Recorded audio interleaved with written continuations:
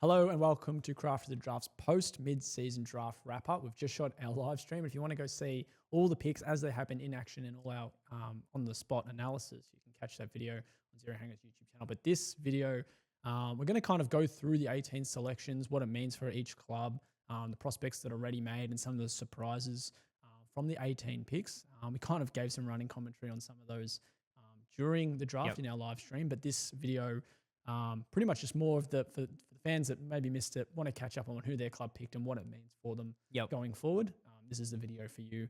So let's maybe start with the big surprises. So 18 picks all up, and maybe some of them were the ones that we thought were maybe actually going to be picked up in last year's mid-season draft and ended up being selected tonight. So that's Noah House to Collingwood, Cooper Drembath to North Melbourne, and Oscar Smart to Essendon. Yeah, so I think all of them have sporadically at different times in the last week or so been linked to the clubs that they ended up going to, but they were seen as more outside chances. So yeah, to go through those three players, all have played very, very good footy at the state league level. So Oscar Smart, a small forward for Essendon, gives them power, gives them speed forward of the footy. And we could see him being a potential long-term option that complements Isaac Kako really, really well. We know they've got Hassan Al-Ashkar and Adam Swade coming at the end of the year as well. And then Cooper Trembath played most of his footy down back, went back to local last year, has got his VFL debut for North Melbourne, playing up forward. His fitness has improved. He's an intercepting specialist. He can also play forward now, we know, and he's very strong, good vertical leap.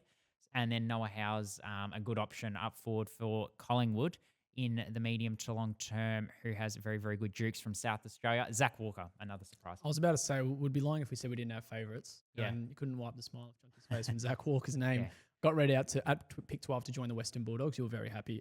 What was a surprise? Yeah, it was. And certain things had to fall his way if that was going to happen, was the word in the lead up to the draft, because the Western Bulldogs did like some other players, and we know that there was a lot of talk that they were going to go after a small forward. Ultimately, they went after a couple of defenders. We'll get to Michael Selwood in a moment. But Zach Walker was part of Gippsland's under-16s program, missed the Gippsland Power Squad as a 17-year-old and as an 18-year-old despite trialling on both occasions. So I think he was on their train-on squad in 2023 as a 17-year-old, and went back to Phillip Island, played some very, very strong local footy. His intercepting, his athleticism really catching the eye. He's very, very strong overhead.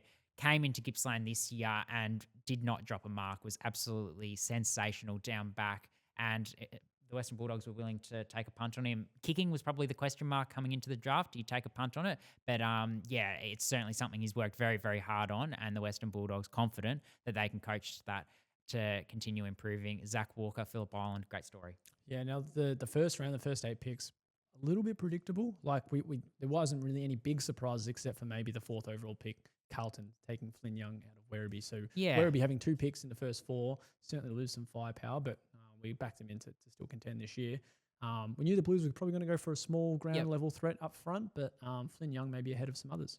Yeah, it was Jacob Newton versus Sam Toner was the talk in the lead-in, and they ended up going with Flynn Young. But yeah, he's a player that's going to address a clear list need for Carlton, and it felt like that was a real theme of the night. Obviously, always clubs are going to address their list needs at the draft, but there was a clear difference, it felt like, between the teams and the players that they were interested in. There was a lot of players that were only had interest from 1 or 2 clubs because they fit that specific list need, rather than having that clear sort of standout 5 to 8 players who clubs might be keen to go after just based on best talent available, even if they didn't fit a specific list need. Instead, there was lots of clubs who were able to fill a list need, and none more so than Essendon, who clearly went tall.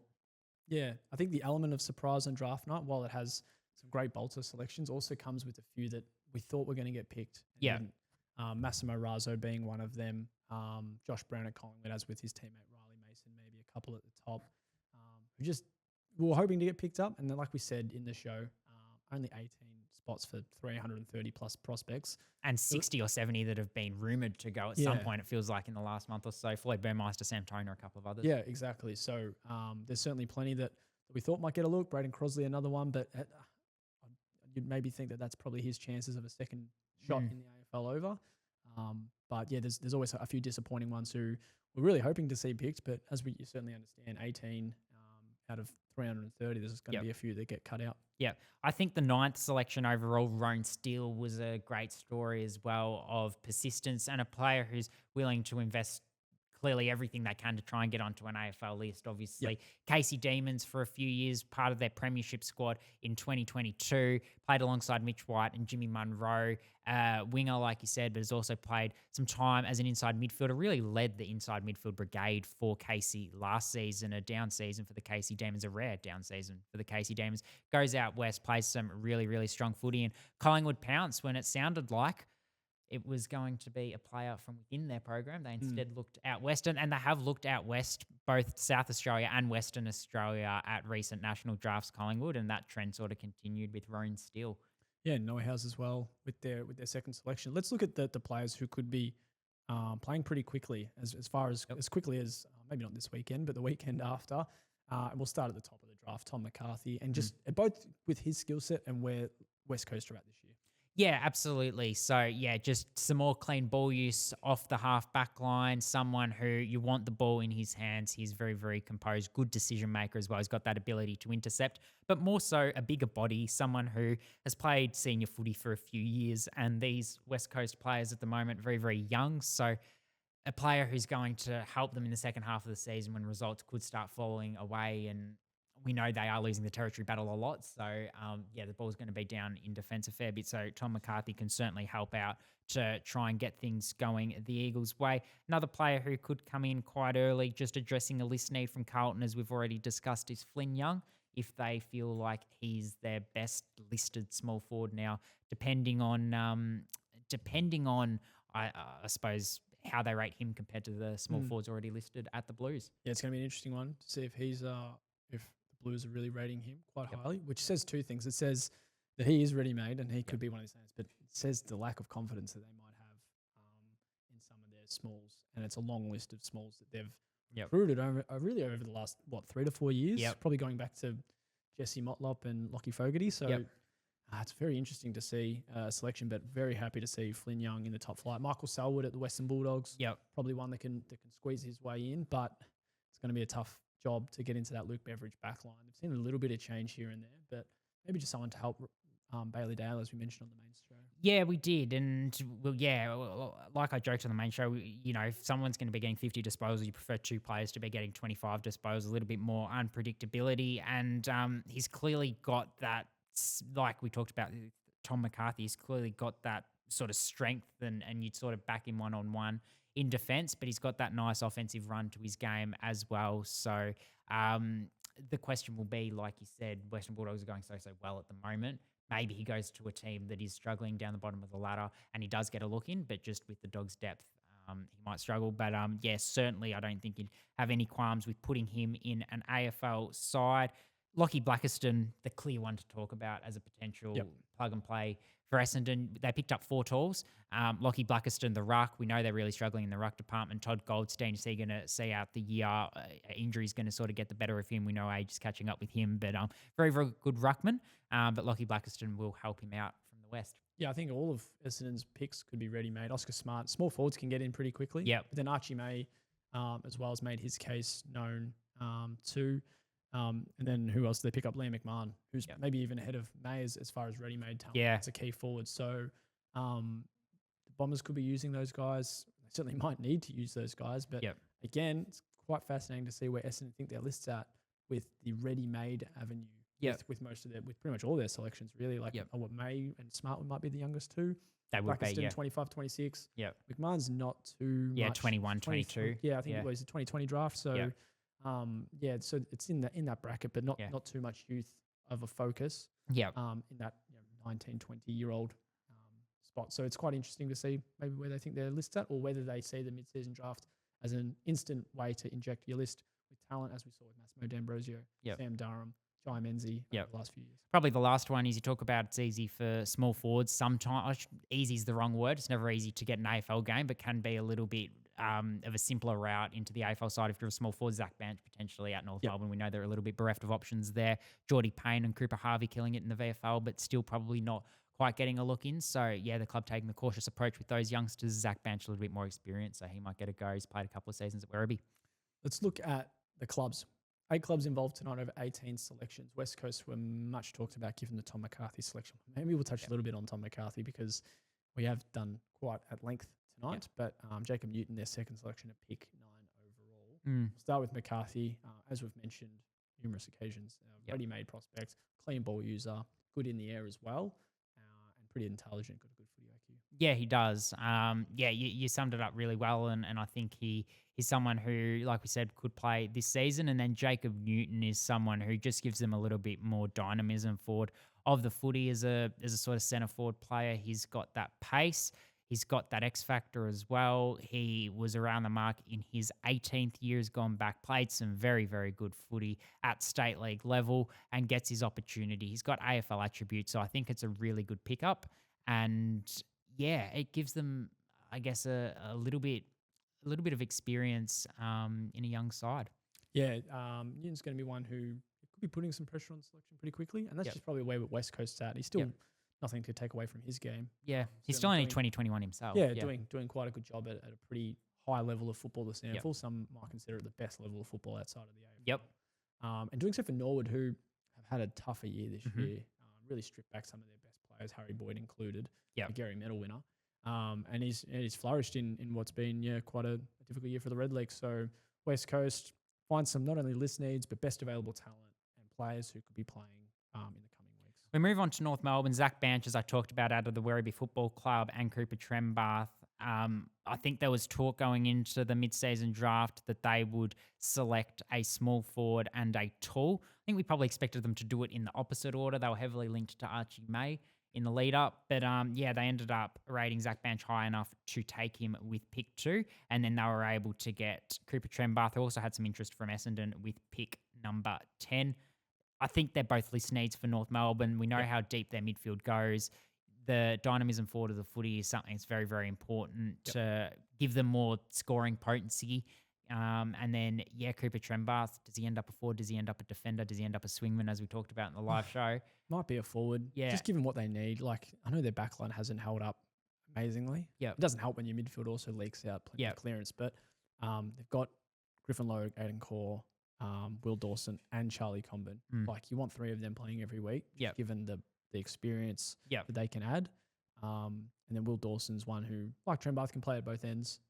Toby Pink's another who's played okay in the back line recently. So all arrows have to point to attack. But the same thing is, I don't know if Cooper Trembath's a player who will be ready-made, but certainly might get a look this year just given where their list is at and what they might want to experiment with before the end of the season. Yeah, I'd probably more lean the other way. He is quite strong from a sort of under 18s or underage level, but he's only played 1 or 2 VFL games, I believe. So, it'd be a big, big jump for him to go into AFL footy this year. I reckon he's more of a development, but they clearly see something in him. His fitness has improved. So, obviously, previously defender, play forward, but his fitness has improved, and that's been a big reason that the interest in him has spiked ahead of this mid-season draft after getting overlooked last year. We move on to Port Adelaide. A little bit like North Melbourne, we sort of expected them to go with a tall and a small, and they certainly did that, heavily linked to Harrison Ram in the lead-up, tall and athletic from Glenelg, and he shared the back line with one of the stronger defenders in Oscar Adams. Yeah,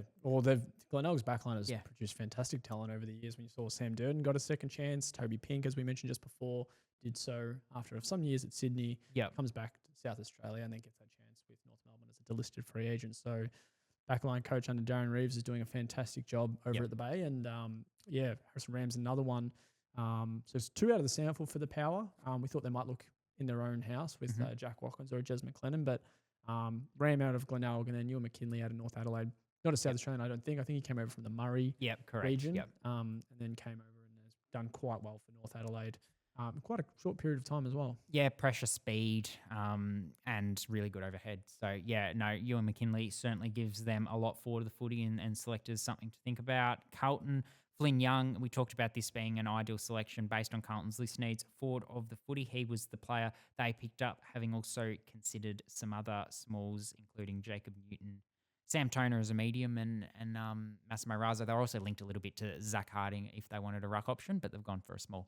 Yeah, like it sounded like a lot of the rumours were pushing that way from a positional standpoint, and what we've seen with the rucks in the last there's been 5 mid-season drafts as the dominant name, and it would sound like this was going to be the small forward one. And Flynn Young, very happy with that.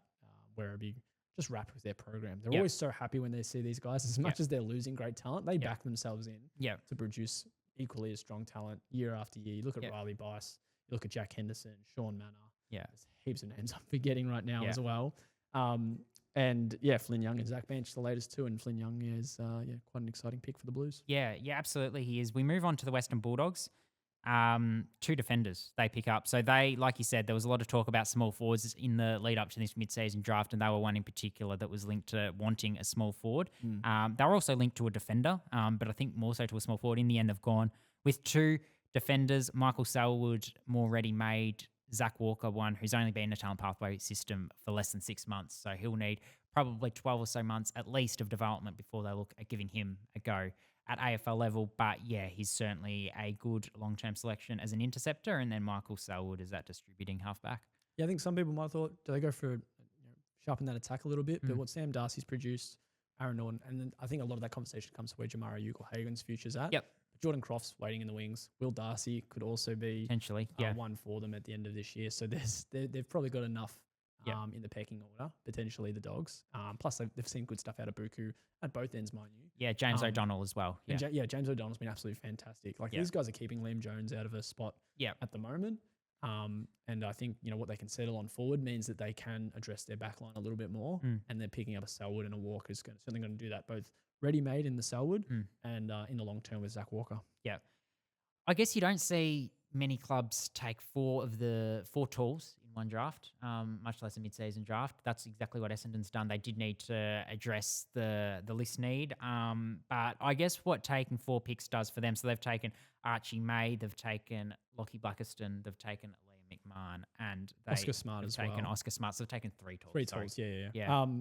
Well, like I think a lot of people are expecting, they could have these guys lining up tomorrow. Not going to be the case, but both players that can help them this year and going forward. Like I'm not too sure on the 6-month, 18-month contract for a lot of these guys, but you'd think the majority is often swayed to 6 months, and it's just going to give them a chance to really show themselves, not tie up not that they're paying heaps for these guys, but not really tie up and tighten the salary cap further for the next 18 months.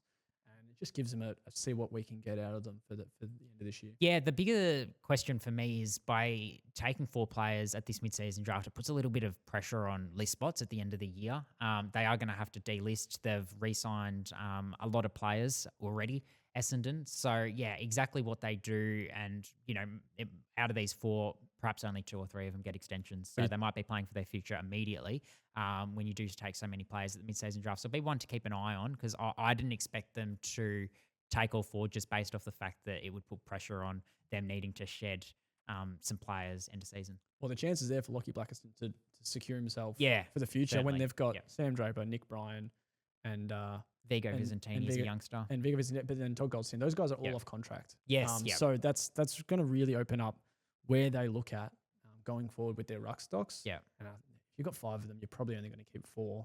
Does Todd Goldstein go around again, and do you keep him if you can lock in Sam Draper?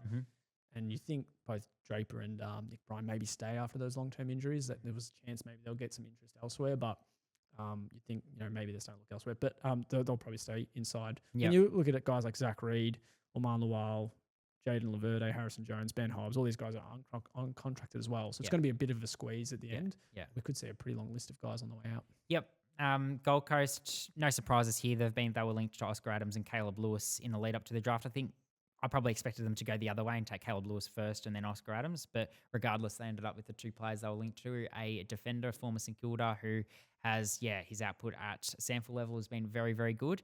And Caleb Lewis to complement Jed Walter in attack long term, and also Ben King. Well, they lose.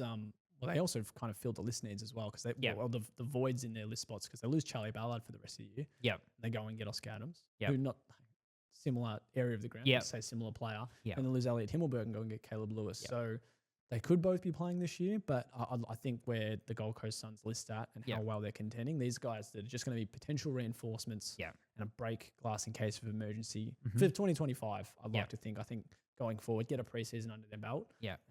If they get new deals or if they've signed 18-month contracts, and potentially make their case in 2026. Not to say that they won't be playing next year. Certainly could, given their stature in the state league level. But just where they're going at in their key position stocks right now, they might be okay. Yep. Collingwood, they were linked heavily to players from their own program in the lead up to this draft. In the end, they went with Roan Steele and Noah Howes. Josh Brown was a player from their program from a midfield point of view that they were linked to. Roan Steele probably suits them more in terms of what they need in the future, I would argue. They've got Tom McGuan coming off, got Nick Dacos in the midfield. They've got Ned Long going so well. And I do wonder whether Ned Long's form in the first 2 months of the season swayed them against Josh Brown, because we've heard the questions around, can you fit Ned Long and Tom Mitchell in the same side? And Josh Brown's much the same player. So he's an inside ball, he's a ball winner. And I think it looks clear now that Ned Long's going to be at Collingwood in the long term. So, yeah, maybe that's why they went for someone that's a bit more fleet-footed, a little bit more of that outside player in Roan Steele. And then, Noah Howes from the SANFL. They love getting players from SA Collingwood. And, Noah Howes is the latest in a long catalogue. Yeah, well, to those first two in Brown and Mason that got overlooked, like they still have them in their program. They'll still grab them with AFL training here and there. So it's not like they're not going to be, they've put a line through them entirely. They've just got names on their list that are a bit higher. And like you said, Noah Howes is one of the surprises of the night, maybe. Just given we thought he was going to get picked up last year, just fell a bit short. And then 12 months later, he's on the list in there, Collingwood, no less. Yeah, absolutely. We move on to that's it, isn't it? Yeah, we've talked about all of the just about all clubs. Of them. 18's done. Yeah, probably the other one just worth touching on that we haven't talked about so much, Manny Liddy from Port Adelaide. A good pickup. He's plied his trade at the state league level and just provides the power with a little bit more depth. Yeah, it was going to be interesting. We thought key position, tick off that with Ram, half forward, and then pick 3 might have just been, let's see who's on the board. Let's see. We don't have to use it. We can maybe hold it, get some salary cap room for next year or the end of the year or whenever we need it. But yeah, maybe they just had him as really hoping out that he slips. And we didn't know if he was going to go anywhere else really. Like Port Adelaide might have been the only suitor, but just had some experience and midfield depth. To a midfield that's had to shift a little bit this year. They lose Zach Butters for the start of the season. They lose Jason Horton-Francis for an extended period with a hamstring injury. Connor Rozee shifts to half back. So not to say he might get a look this year, but if they have to really start to kind of skew towards the future, now which is where they're playing at this moment in time, and with their lack of contention in the finals frame, that maybe we could see Liddy in Port Adelaide colours at AFL level. Yeah, certainly. It'll be one to watch, but it's been a fascinating night. Lots of state leaguers get their opportunity. Some longer-term projects as well in Zach Walker and Cooper Trembath types, and some great stories with players really gritting their way like Roan Steele moving across the country. But that's a wrap from us at Craft of the Draft and Zero Hanger. Check out our Instagram and YouTube channels at Craft of the Draft on Instagram, and check out Zero Hangers YouTube for all the latest content related to not only mid-season draft, but also end-of-season draft coverage. Thanks for tuning in.